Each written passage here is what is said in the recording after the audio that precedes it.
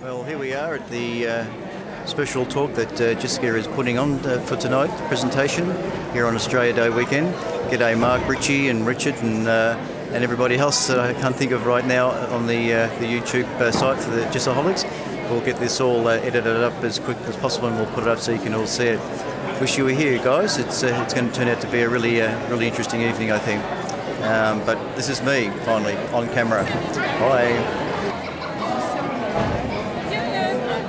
It's exhausting for me. He's alright. Faye, Colleen, just say good day to Mark and everybody else overseas. G'day Mark, wish you were here. Yeah. Those air flights are... Wave? Fair way.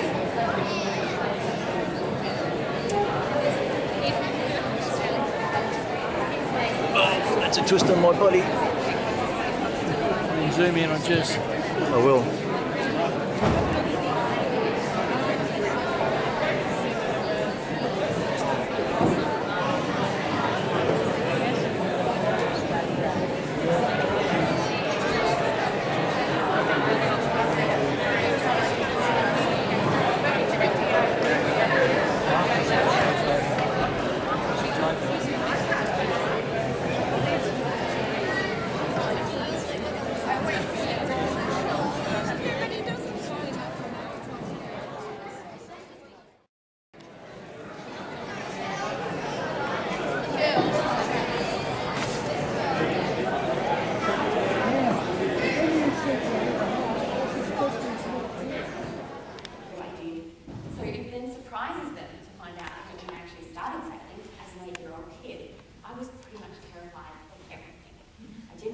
I didn't like going fast, getting wet, getting sandy, climbing trees, anything adventurous or at all scary.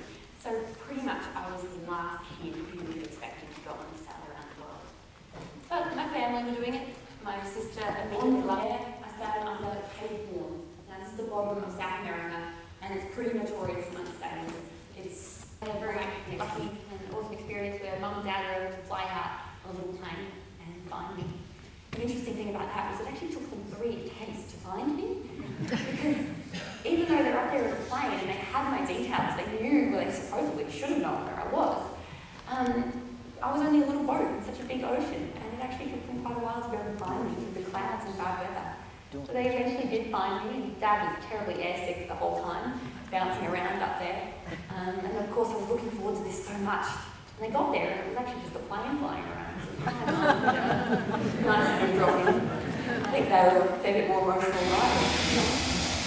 The waves are no longer just sort of rough sea. It's now tumbling sea. So Peter Black had a term for it. He was doing one of the Volvo races. He called it liquid Himalayas. It got dark and the waves were still building, the wind wasn't dropping down, and at that point, it was too dangerous to be on deck, so I was down below, strapped myself into the wet sea.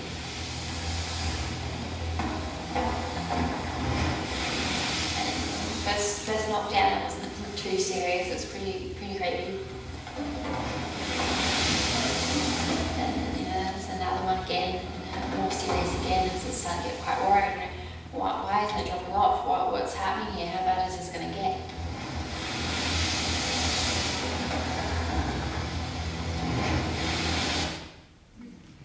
Well, it did get worse. You heard me talking about knockdowns in that video there, and I'm sure most of us are sailors here, but for the non-sailors, a knockdown is when the boat is rolled up and down by a huge wave, or any sort of wave, I suppose. And as I said, it kept getting worse.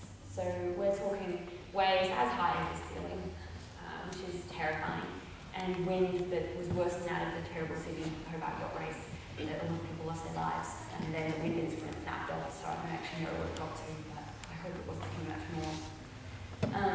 It was the third of these knockdowns that had me particularly low, because if you can imagine, in the dark, as I said again, and you'd already been rolled upside down a couple of times, so there's water everywhere, and there's all sorts of things thrown around the cabin downstairs.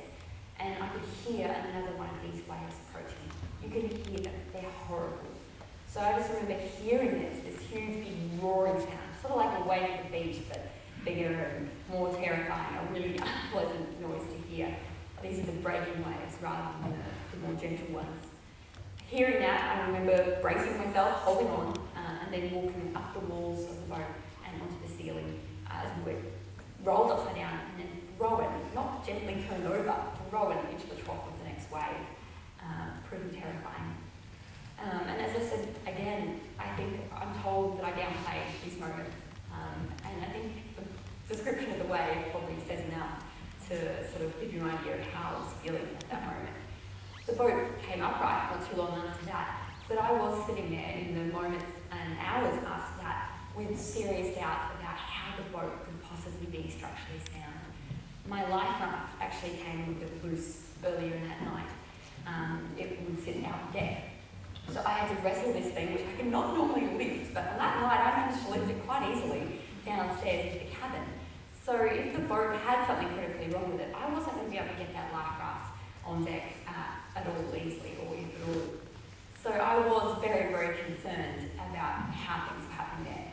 And it was interesting because I came to the conclusion that I was going to do absolutely everything I could, not because I wanted a hot shower or I wanted it to end, but because I couldn't bear to put my family through any more grief. So I was going to hang on, I was going to do whatever it took. But it didn't come to that, and it wasn't that bad, because the boat proved itself to be absolutely incredible, and there wasn't any major damage. There was only little damage. The solar panels were cracked up, and that meant a little bit less time, and the computer was knocked down during these storms.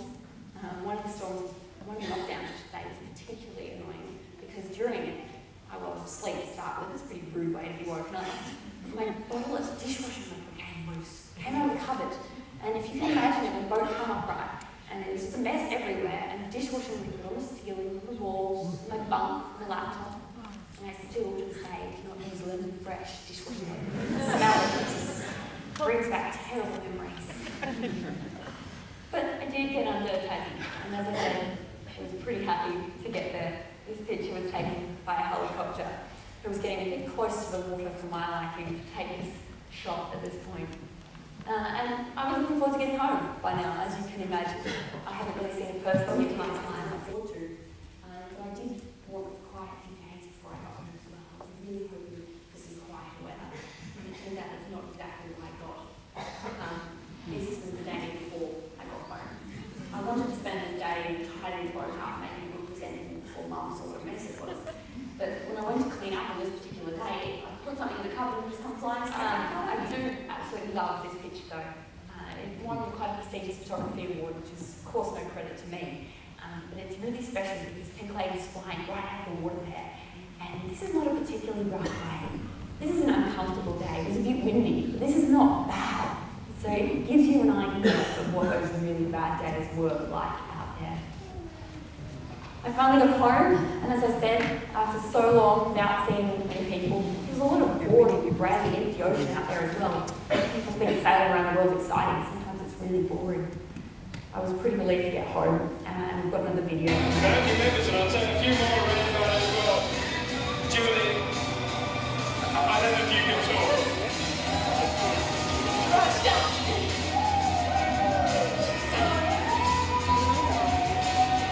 Soaked now by the water from the tug.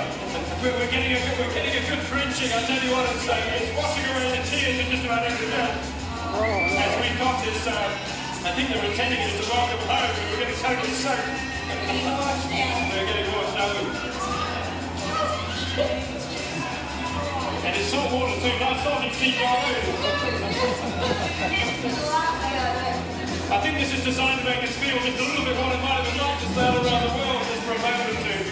Some of the salt-encrusted old sailors thought this was a very dangerous thing to do, and rightly so, they were concerned. But in the end, they did feel a great kinship, of course, with what Jessica is attempting and achieving, and those who understood that she was well prepared and not doing this in any way in a reckless manner, they deserve her best support, and they certainly turned out to do that. And I think it's the preparation that went unnoticed, which is why she had her ribs. And I think that today she's really proven herself to be. She wants to get changed in some decent clothes, and she just put washboards in and told everyone else to do it. There she is, downstairs getting changed. There in the shot of our round was so musical watching. I'm completely overwhelmed. I just don't know what to think and what to say at the moment. So it's all a bit much, but absolutely amazing. Jessica Watson will set foot on a firm ground, though I have to say the pontoon on the man-of-war steps can be a little bumpy at times, so she'll be at home at first. Here we go.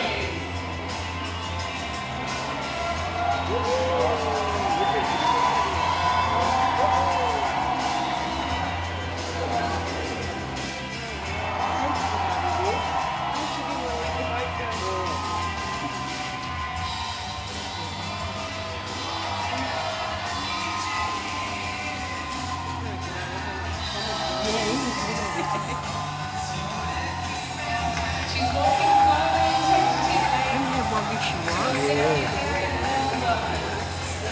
Ladies and gentlemen, boys and girls, welcome Jessica Watson home.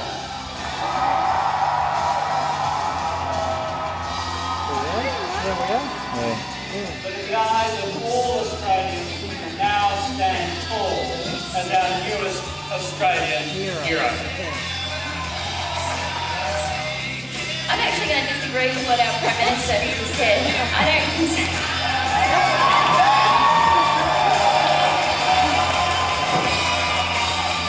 consider myself a hero. I'm an ordinary girl who believed in a dream.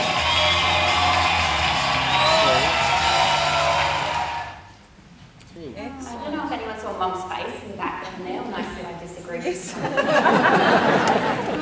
It was pretty cheeky. It was a bit mean. And yeah, it was pretty cheeky, especially considering I was running about 5 hours late that day and kind of been waiting. But I did say it because I meant it, and I really wanted that point to come through really strongly that I'm not a superhero. I'm pretty ordinary and pretty silly at times too. But hard work and the right people around you can do good things. From the moment I did step back on land, the first thing I was asked was, what's next? What are you going to do next?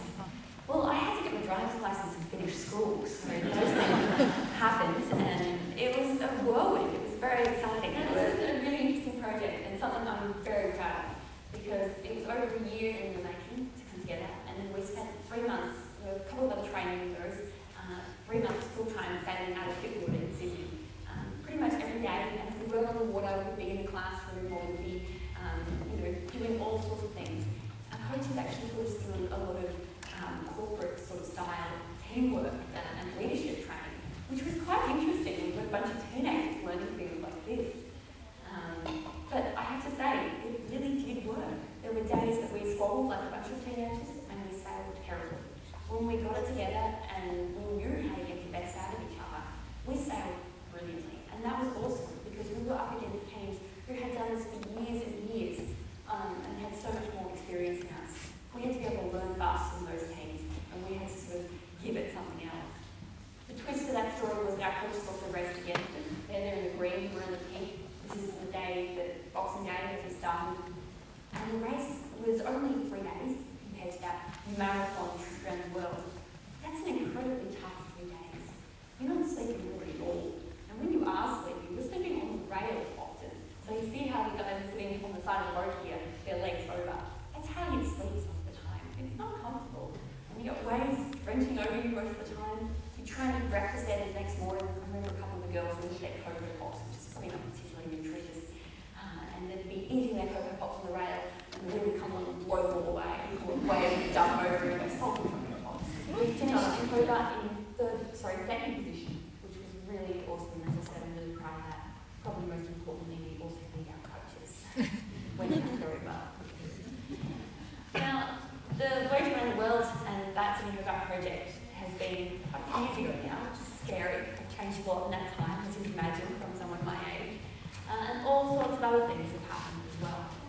And they've been pretty special things. Whether it was that Year as Young Australian of the Year, where I got to travel around the country, talking to schools all over the place, and meeting some really, really inspiring young, selfless young people. I struggled with that award because, again, I couldn't see how I deserved the award over these people who've just done the most amazing selfless things.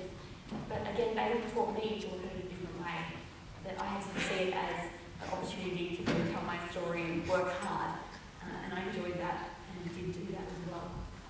tried a little bit of dancing on Dancing with the Stars. I'm hoping not many people saw that as well. It wasn't particularly great. Really wasn't great at all, but I got through 7 weeks out of 10, so that was, I don't know, persistence if nothing else. Somehow.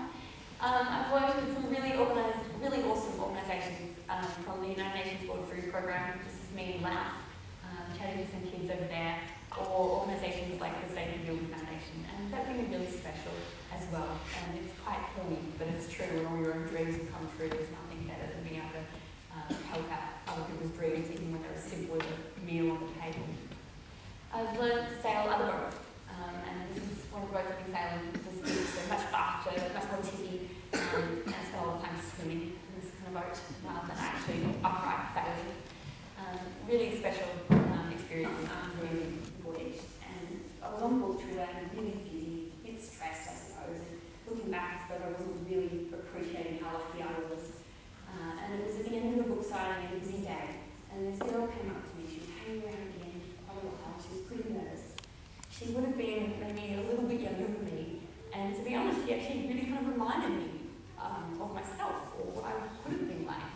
And she came up, she told me that she'd been having a really tough time in school, and she decided that she heard my story, and she read my book, that she changed schools, and she joined the chess club, and she was just so much happier.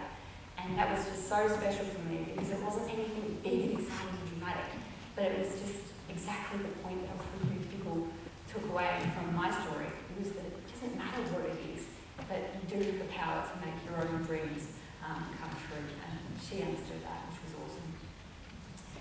That brings me pretty much to today, and I'm studying these days and trying to spend more time with friends and family and things like that, and who knows what the future will bring. And I've got a little wooden boat these days as well, which is lovely. I've got a lot to learn though, so I'm busy learning as much as I can about wooden boats this weekend as well. But I'll finish up there, and I'm hoping there's going to be lots of tough questions for me, particularly from this crowd down the front here.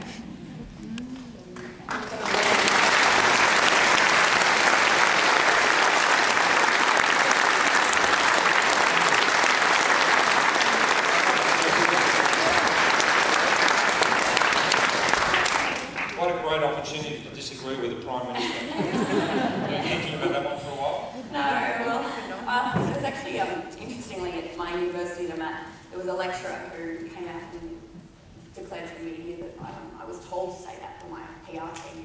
I never had a PR team to start with, but I wasn't going to listen to what anyone told me to say either.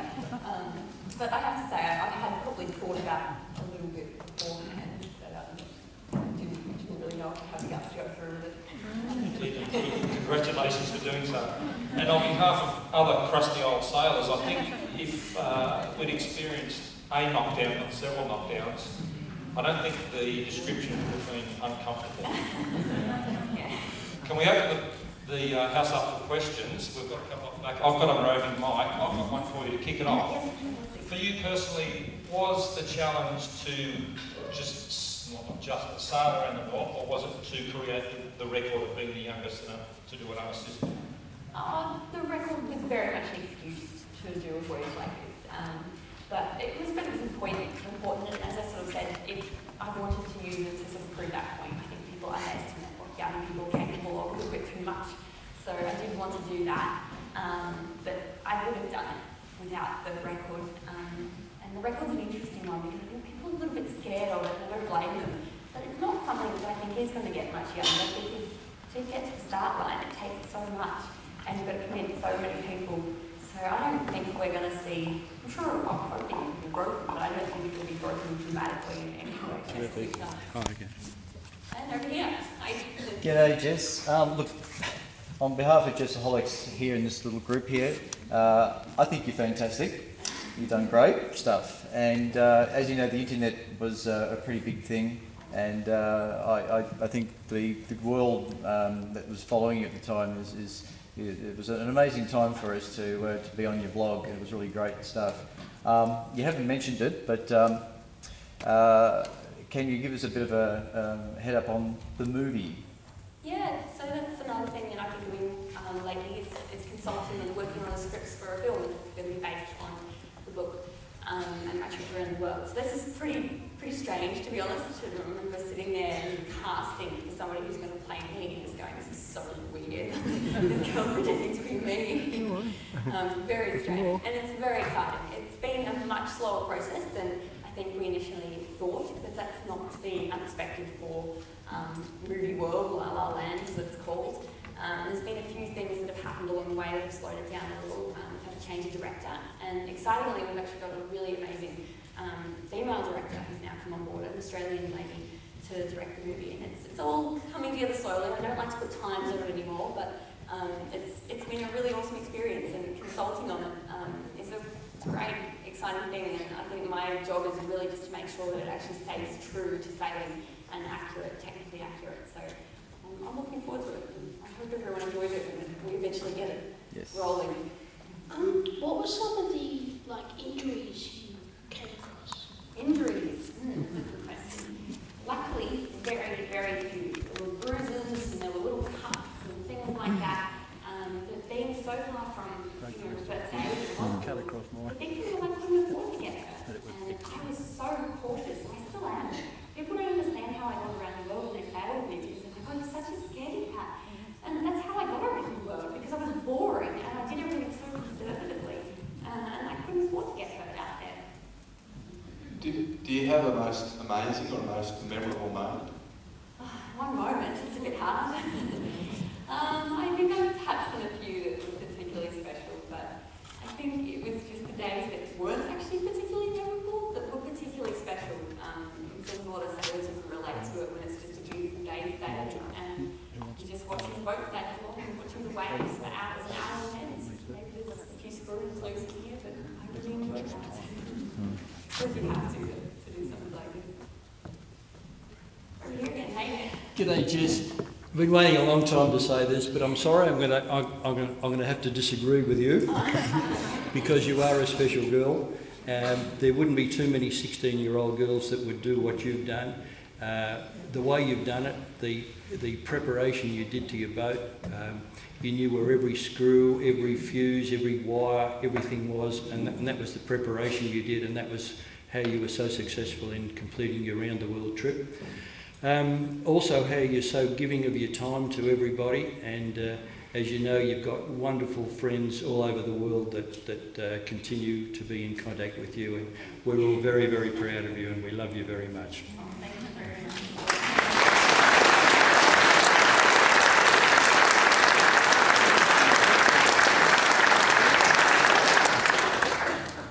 Well, thank you very much again. You've all given me much too big a head, so I'm going to go hang out with my brother and knock it back down. One of the reasons why both Kate and I sailed to this day is because of your Sailing Around the World voyage. You have inspired both of us to be sailors, and you've motivated us to have the idea to beat your record at the age of 12. Ever since we've heard about your amazing story, we've been inspired that everything you've achieved. Thank you very much. To hear you speak today has truly been remarkable, so on behalf of South Gippsland Yacht Club and the general public, we would like to thank you very much, and we appreciate you for coming to our little town to inspire us.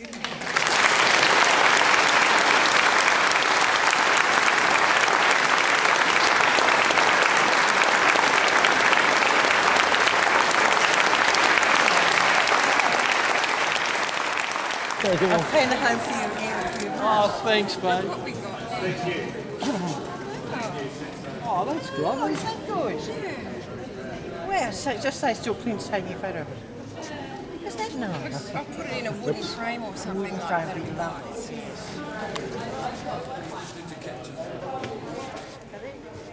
Keeps telling me surprise. Happy birthday. So this is yours, isn't it? This is yours. Oh, thank you. Wow, thank you. I'll try and It's pink. Yeah, can you get a bit closer? This will go around the world tonight. I don't know what to drive. Can you drive an answer? Is it tomorrow? Yeah, good idea. Come on, Pete, you're in it too. Come on, Colette. Yeah. It's a happy birthday. Yeah. I've got a knife and a candle, but we haven't got them out. Well, what a birthday. That's nice. Very much. You're not going to like it. I like it. Right, you're going to pick your cake up. Would you like it chocolate? I thought you were going to carry your cake up into the back room and divvy it up. All right, you say the wine. Chocolate? Yes, we're going to cut it later. You want to put candles on that? We don't have You have a lovely night, and yeah, just so good at it. everybody says hello. Yeah. Please say hello. Oh, yes. Yeah, I will. Ingrid, Go Mark, on, say hi to Mark and everybody else. Hi, Mark, and everyone. Yeah. Bill, and Evie, Janelle. Little Jess, even little Jess says hi Yeah. too. My little cute cat, beautiful cat, she says. Say hi. No All worries. right, I'm going to go. So nice. Did Max you wanted to put candles on that, but you I've got a candle. I've got a musical You had candle. enough? It's one 27, 27. Oh, that's all right. 27. Only a live one.